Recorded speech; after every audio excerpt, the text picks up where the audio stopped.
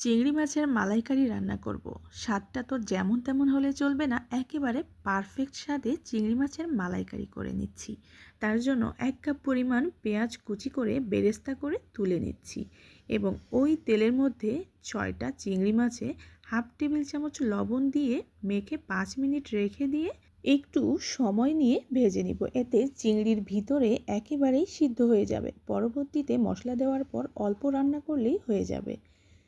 চিংড়ি মাছগুলো একে একে সবগুলোই ভেজে তুলে নিব। এভাবে চিংড়ি মাছটা ভেজে নিলে চিংড়ি মাছ থেকে অনেক সুন্দর একটা ফ্লেভার বের হয়। যেহেতু চিংড়ি মাছগুলো একটু সাইজে বড়, সেহেতু ভাজতে একটু বেশি সময় লেগেছে।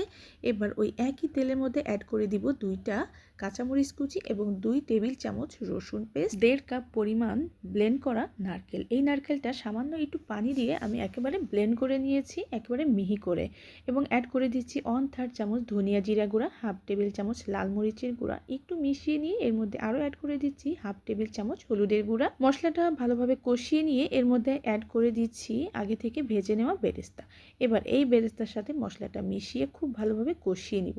ততক্ষণে গরম মশলাও দিয়ে দিয়েছি। এখানে 2টা তেজপাতা, 2টা এলাচ এবং 2 টুকরো দারচিনি দিয়ে মশলাটা খুব ভালোভাবে কষিয়ে নিচ্ছি। দেখতেই পাচ্ছেন মশলা থেকে অনেকটা তেল ছেড়ে গিয়েছে। এবার এর মধ্যে অ্যাড করে দিচ্ছি 1 কাপ পরিমাণ পানি দিয়ে ঢাকনা দিয়ে ঢেকে আরও 3 থেকে 4 মিনিট রান্না করে নিব। যখন খুব ভালোভাবে ফুটে উঠবে সেই মুহূর্তে আমি ভেজে রাখা চিংড়ি মাছগুলো অ্যাড করে দিচ্ছি। এবার ঢাকনা দিয়ে ঢেকে 5 মিনিটের মতো হাই হিটে রান্না করব। 5 মিনিট পর ঢাকনা খুলে হালকা হাতে নেড়ে দিয়ে এর মধ্যে অ্যাড করে দিব কয়েকটা কাঁচামরিচ চেরা এবং ধনিয়া পাতা। মিশিয়ে নিয়ে আরও কিছুক্ষণ রান্না করে নেব। এভাবে একেবারে শুকিয়ে গেলে নামিয়ে নেব। ব্যাস, তৈরি হয়ে গিয়েছে মজাদার চিংড়ির মালাইকারি। আপনিও চেষ্টা করবেন নারকেলের পরিমাণটা বাড়িয়ে দিয়ে চিংড়ির মালাইকারিটা রেডি করতে।